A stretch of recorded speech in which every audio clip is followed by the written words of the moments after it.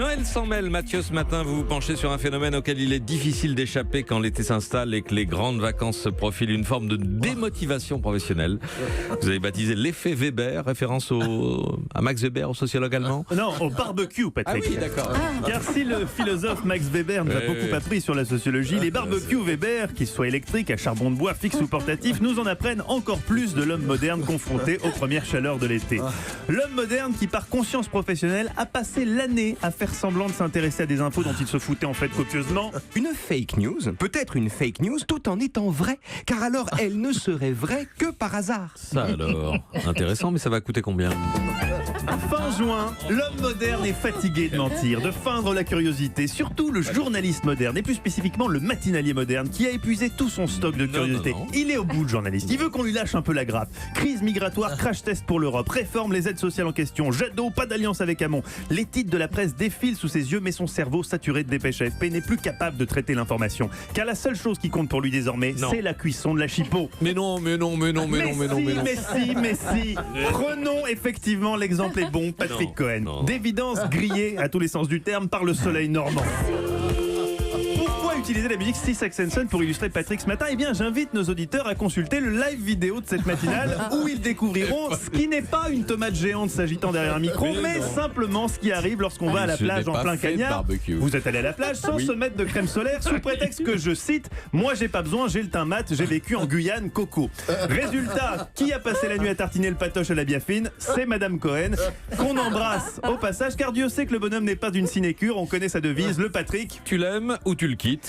En tout cas, voilà un cas typique de l'effet Weber. Teinte cramoisie, chemise froissée, vague effluve de merguez dans le studio. Patrick est ce matin l'exemple type du gros bosseur qui a tout lâché en un week-end. C'est fini. Le déclic a eu lieu la semaine dernière au détour d'un sujet innovation d'Anis Mbida. Patrick réalisait soudain qu'il exerçait une profession en sursis. Une machine est désormais capable de débattre face aux meilleurs spécialistes. Oui, d'argumenter. Plusieurs débats ont lieu hier. Mais à quoi je vais servir ? À rien, pouffait alors pernicieusement Julie, qui, soit dit en passant, se relâche aussi dans des proportions inquiétantes. Même l'annonce de l'heure devient approximative. Il paraît qu'il est 7h. Il paraît, on s'en fout. Ce qu'il faudrait pas, c'est oublier l'anti-moustique et l'apérole pour les spritz, t'as raison Juju. Oui, en cette fin juin, l'effet Weber bat son plein. Attention tout de même à ne pas trop s'endormir dans nos métiers de l'audiovisuel, c'est quand même la période du mercato. Qui ira où à la rentrée? Personnellement, je sais où ira Patrick Cohen. Vous connaissez le surnom d'Arnaud Montebourg ? Le président des ruches. Mais j'ai promis à Rire et Chanson de ne rien dévoiler de leur accord. Rentrez chez vous, Mathieu Noël, et ressortez à midi pour revenir au micro d'Europe 1 pour votre émission. Oui. C'est parfait. À tout à l'heure. Oui, j'ai aucun thème encore. L'effet Weber s'applique à moi à plein. On a 0 thème sur 2. Voilà, le soleil normand aussi a frappé. Europe 1. Noël sans mêle, bonjour Mathieu Noël. Bonjour à tous. Ce matin, vous êtes sous le choc, vous avez été victime d'un vol de chronique, l'un des membres des Figures Libres vous ayant piqué un sujet qui vous revenait de droit. Je ne pense pas que ce soit Hélène Jon. Non, et c'était pas vraiment le jour pour ça. Non, Patrick, ce 26 juin devait être un jour de fête, puisque comme ça n'aura échappé à personne, n'est-ce pas Julie, n'est-ce pas Laurent, n'est-ce pas tous ceux qui ont, j'imagine, mis le champagne au frais pour célébrer l'événement? C'est aujourd'hui la 200e de ma chronique. Formidable, et alors?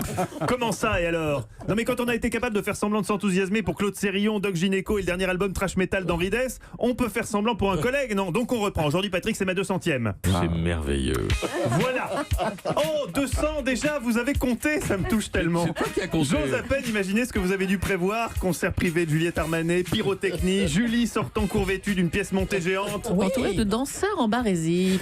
On aurait terminé à 6 du mat au Folies Pigalle, le slip sur la tête, le nez dans la choucroute. On serait revenu direct rue François 1er en queue-leu-leu pour faire la matinale le matin. Cabrol m'aurait fait Gabin dans la traversée de Paris. C'est pour causer, alors qu'il n'y a pas grand-chose à dire, madame. Quelle fête ça aurait été. Une fête gâchée ce matin par le vol caractérisé dont j'ai été victime. Le suspect, un individu de type caucasien, porteur de chemise désuète, parfois rose pastel, type conseiller clientèle Groupama, lauréat en 2003 du Dauphin d'Or, récompensant le meilleur journaliste économique. Oui. Sa nomination récente à la tête d'une célèbre émission de télé ne serait pas étrangère à son pétage de plomb, puisque oui, Patrick, ce matin, Axel de Tarlet a décidé de me piquer mon sujet rigolo sur les Français qui fricotent au boulot. À peu près la seule info marrante du jour. Sympa. Le type est censé faire une chronique éco, moi une chronique humour. Il voit une étude qui dit 35% des Français auraient eu une relation sexuelle avec un collègue de travail. Il se dit je prends. Ah bah il est loin le dauphin d'or. Ça sent plutôt le poisson clown de bronze là mon grand. Et moi je fais quoi du coup? Air France KLM? L'impact du protectionnisme américain sur la balance commerciale de l'Union Européenne? Non mais Patrick, faut tenir un peu vos troupes là. À ce rythme-là, demain Hélène Jouan nous fait le journal de la Coupe du Monde et Vincent Hervouet présente le Camoulox. Parapluie, sirop pour la toux et cage à oiseaux. Camoulox. Bon, non, vraiment Axel se fout du monde, d'autant que son sujet coquin a donné lieu, et ça c'est vrai, hier soir sur le groupe WhatsApp de l'équipe, à des conversations que je qualifierais de borderline. Hélène J répondant, je cite, si un Français sur 3 fricote au travail, donc sur les 3 livres, 3 petits points lascifs, smiley clin d'œil / bonhomme qui rougit / émoticône cœur. Alors, moi j'ai signé pour les figures libres, pas libre-échangiste. Donc, on va tous aller prendre une bonne douche glacée, et puis on va se ressaisir devant France-Danemark. Patrick, une analyse rapide du Danemark? C'est pas le Pérou. Merci. En tout cas, je vous invite à voir le match à la maison. J'ai acheté 3 packs d'Heineken parce que, comme le dit si justement Émilie Bonneau, le foot sans une bonne bière ne serait pas le foot. Exactement. Qu'est-ce qu'on dit aux Danois, Patrick? Sunderge. Ça doit être une insulte. Bien joué, Patoche, faut les piquer au vif. Mathieu Noël, on me signale que les Folies Pigalle ont fermé il y a un petit moment. Ah bon, votre c'était émission mon à midi. époque. Oh mon Dieu. Ringardise affichée. Théo Manval revient sur la loi agriculture et pendant l'été, on n'oublie pas de donner son sens important avec Mélanie Gomez. Mais on va rigoler, évidemment. Mon Dieu, je sens qu'on va bien rire. Un petit coup de commerce Peut-être extérieur Axel- aussi. Oui, Axel de Tarlet viendra faire une chronique humour à la fin, évidemment. Europe 1. Europe 1. Bonjour Mathieu Noël. Bonjour à tous. Hier avec Axel de Tarlet, vous nous parliez d'une étude selon laquelle 33% des Français fricotent. C'est le terme d'Axel, hein. Fricotent sur leur lieu de travail. Ce matin, vous avez les chiffres d'une autre étude. Oui, Patrick, le chiffre est tombé cette nuit. 99% des gens ayant regardé le match France-Danemark hier affirment avoir vécu les 90 minutes les moins intéressantes de leur vie. Pas faux. 96% estiment qu'ils se seraient moins ennuyés devant n'importe quel film de Fassbinder, même sans sous-titres. 88% auraient préféré déjeuner avec leur belle-mère pour visionner les diapositives de sa dernière croisière Costa en mer Rouge. Enfin, devant les accélérations de Griezmann, 83% affirment avoir révisé leur jugement sur la série d'Eric, qui tout compte fait n'est pas si lente. À la sortie du match, les spectateurs qui s'étaient tapés des milliers de kilomètres en car et qui avaient parfois économisé pendant des mois sur leur SMIC pour voir si les Bleus étaient aussi bons en foot que dans la pub orange, ne cachaient pas leur joie. Very bad. No football.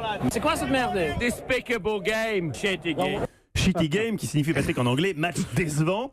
Mais ça, c'est le problème des supporters smicards. Ils n'ont pas les clés pour comprendre ce qu'on a mis en place. Car oui, sous l'impulsion de Grisou, chef d'orchestre lumineux, à peu près aussi vif et rapide que Patrick Cohen après un brunch au Maurice, les Bleus nous ont offert hier un projet footballistique tout à fait novateur. 45 ans après l'invention par Cruyff du football total, Deschamps invente le football total manchiant. Une stratégie redoutable qui consiste à endormir l'adversaire, mais pour la première fois dans l'histoire, pas au sens figuré. L'endormir vraiment en se passant la balle mollement, si possible vers l'arrière, sans jamais prendre le moindre risque, jusqu'à ce que l'adversaire ne sache plus s'il participe à un match de foot ou un pique-nique. Confusion psychologique.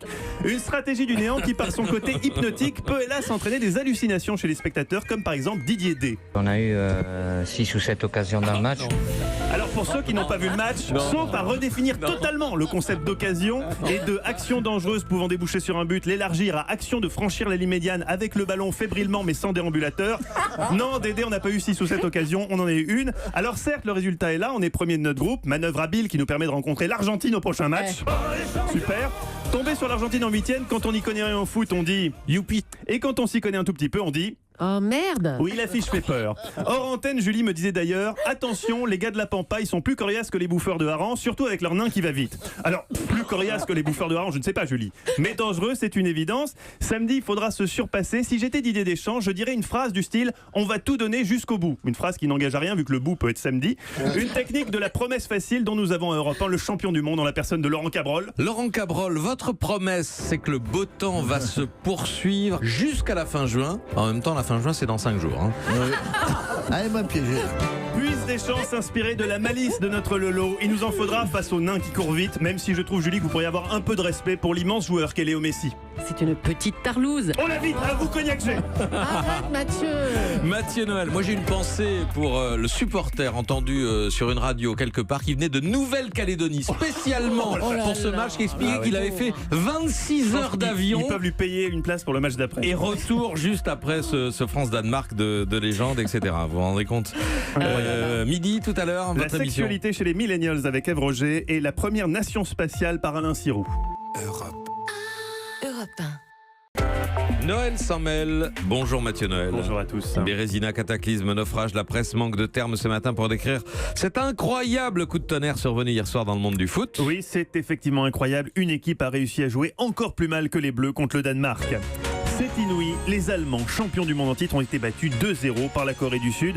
Immédiatement, Patrick Cohen, avec qui je regardais le match dans une brasserie spécialisée dans la choucroute, s'est exclamé avec ce fair play qu'on lui connaît. Tant mieux. Oui, sa phrase exacte était « Ah, vont moins faire les malins maintenant les casques à pointe, ça leur apprendra à porter des chaussettes avec des claquettes à picot et c'est vous faire de saucisses. » Oui, Patrick avait un peu bu. Il faut dire que Jürgen, le patron du restaurant Der Klein Sauciflun où nous dînions devant ce match, avait eu la main un peu leste sur la bière, dont le 7e litre fut fatal à Patoche, qui venait d'entamer avec gourmandise sa 3e flamencuche banane Nutella, ce pour léchant les babines en lâchant un qui agaça les supporters allemands présents autour de nous qui pensaient que Patrick se foutait de leur gueule. Je tentais de calmer le jeu en précisant que j'adorais l'Allemagne, que j'avais vu 8 fois Papy fait de la résistance. Hélas, les Allemands n'étaient pas d'humeur rieuse, la Mannschaft était menée 1-0, ils nous lançaient des regards noirs. J'ai dit à Laurent Cabrol, vite Lolo, sors une vanne météorologique pour détendre l'atmosphère. C'est humide dans l'aine, mouillé dans le barin. Humide dans l'aine, mouillé dans le barin, le jeu de mots était fin, mais malheureusement insuffisant pour sortir les Allemands de leur torpeur. Et c'est alors que Patrick entamait son 3e café Schnaps gourmand que tout a basculé. Est-ce parce qu'il s'est mis à chanter « Vous n'aurez pas l'Alsace et la Lorraine debout sur la banquette » ou bien parce qu'ayant commandé un tiramisu pour faire passer le strudel et ne sachant plus trop où il était, il a lancé à Jürgen, le patron qui lui demandait de descendre justement de la banquette. Toujours est-il que les choses ont tourné au vinaigre. Et oui, on a fini la soirée à la Riboisière où pendant qu'on lui faisait des points de suture, Patrick me disait « Le plus triste dans tout ça, c'est qu'on a raté les Milliardies, das Milliardisen ». Sombre soirée pour le foot et pas que. Car un monde où l'Allemagne est éliminée au premier tour d'un mondial est un monde sans dessus-dessous, un monde sans repères où tout devient possible. Si les Allemands se mettent à perdre en foot, alors à ce rythme-là, qui sait, demain les journalistes économiques se mettront peut-être à parler de sexe, d'adultère et de Harley Davidson. Un Français sur 3 fricote. Eh ben, ça veut dire se livrer à des jeux de séduction auprès d'une personne qui vous attire.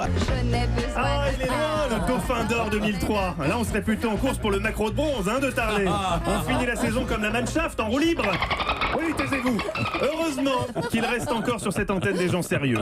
Oui, je pense à Laurent Cabrol, injustement moqué pour avoir une fois, dans un moment d'égarement, parlé à tort, puisque par définition elles ne peuvent pas exister, des Alpes jurassiennes, mais dont les connaissances géographiques ne sauraient être remises en cause. Par exemple, si vous lui dites où se trouve Cahors, il vous dira sans hésiter, Cahors, c'est dans le Cahors. Oh putain, c'est où Cahors déjà? 28 à Rennes, 30 à Bordeaux, 31 à Albi et Cahors et Landes, dans les Landes, Cahors et dans les Landes. Cahors dans les Landes. C'est dans le Lot. Cahors dans les Landes. Cahors dans les Landes. Non, Cahors et les Landes. Et les Landes. Ah, les Landes. Merci. La Lande. Stop. Lolo, qui connaît plus sa géo, le Dauphin d'or en freestyle, elle va être belle la fin de saison. Europe 1. Noël s'en mêle, Mathieu, ce matin, malgré l'imminence des vacances, au moment où certains de vos collègues lèvent le pied, je ne vois pas qui, vous avez choisi de ne pas vous économiser. Oui, c'est intéressant ce que vous dites, Patrick. Au moment où certains de mes collègues lèvent le pied. Car même si la solidarité confraternelle qui fait le ciment de la profession journalistique m'interdit, évidemment, de citer des noms, je vais quand même le faire. D'ailleurs, on ne peut pas vraiment parler de délation au sens strict, la délation impliquant la dénonciation de quelqu'un qui ne veut pas être pris, alors qu'ici, il faut croire que certains ont envie d'être pris, puisqu'ils agissent en pleine lumière, comme Patrick Cohen, qui se surpasse, question jeu de mots. Ce sera donc l'Argentine, mais non, mais si. Celle qui s'appelle tout donner dans la dernière ligne droite, même si à la galéjade préparée, je préférerais toujours la magie du comique de situation. Comme hier sur le sujet du service civique obligatoire, lorsque notre intervieweur fourbu, épuisé par un an de matinale et plus préoccupé par la location de sa villa à Formentera que parce que racontait l'invité, fut-il général, a soudain totalement décroché. Le général lui détaillait sa vision du service civique comme si ça pouvait l'intéresser. Patrick évidemment ne l'écoutait pas. Hélas, à un moment, ce qui devait arriver arriva. Le général a fini sa phrase, obligeant Patrick à dire quelque chose. Le premier mot qui lui vint à l'esprit fut « Ah !» trahissant nettement son désintérêt pour la question. J'ose croire que l'attractivité du service fera que ceux qui voudront ne pas y aller sera très faible. Grillé, Patrick qui décidément a joué de malchance hier sur ses interviews. Lancé après. Ah ouais, vous êtes bien lancé. Puisqu'il avait également en ligne Tom. Tom, ce jeune de 12 ans qui vient de traverser l'Atlantique à la voile et dont le récit, extrêmement précis sur le plan gastrique, a, on le sent, donné quelques regrets à Patrick qui venait justement de louer un voilier pour faire le tour de Corse en août. Oui, j'ai traversé la Manche. Après cette interview, il pourrait revoir ses plans. Bonjour Tom, tu as donc réussi à 12 ans cette traversée en 14 heures. C'était très très long. En plus, il y avait beaucoup de houle. Parce qu'en plus, j'ai vomi 10 fois. Ah oui. Ah merde. Ah, j'espère que j'ai pris l'option annulation. Non, bon, allez, parlons d'autre chose. Quelle était ta première envie en débarquant à Cherbourg hier soir? Dormir. Et de manger peut-être un peu? Oui, j'avais envie de dormir et de manger parce que du coup, à chaque fois que je mangeais, je vomissais. Ah oui. Bon, bah, ça va être sympa ce tour de Corse. Voilà, inutile de le cacher, chers auditeurs, à Europe 1, on est comme vous. On n'en fout plus une rame au taf, on ne pense plus qu'aux vacances. Fini d'ailleurs le parapluie par précaution de Laurent Cabrol. La météo de Lolo est passée en dispositif PPP, pastis par précaution. Une météo désormais entièrement structurée autour des rendez-vous importants de l'été. Sur les Pyrénées, les Alpes et la Corse, des orages en deuxième partie de journée, c'est-à-dire au moment de l'apéritif, si vous prenez. Bon, peut-être le digestif. Allez. Peut-être le digestif. C'est important d'être précis, Laurent. Bref, pour une information de qualité, rigoureuse, choisissez Europe 1, la rédaction info qui ne se démobilise pas une semaine avant la quille. Et puis Canal+ est sur tous les fronts. Hier, Maxime Saada était auditionné au Sénat. La commission de la culture voulait savoir en quoi les droits de la perte des... J'arrive même plus à me relire. On s'en fout, Vandel, c'est pas grave. En revanche, pense au nausicalme pour le voilier. Didier, un dernier mot? La conspiration. La conspiration. La conspiration, oui, Didier, oui, super. Allez. Ah non, jusqu'au bout maintenant. Et jusqu'au bout, vous ferez votre émission à midi? Eh oui, c'est la dernière, tout à l'heure à midi. Il y aura notamment Axel de Tarlet, Olivier Pouls et évidemment Guy Carlier. Une sorte de jubilé, quoi. Un jubilé, c'est le grand jubilé. On fera un tour d'honneur. Tour d'honneur. Europe 1.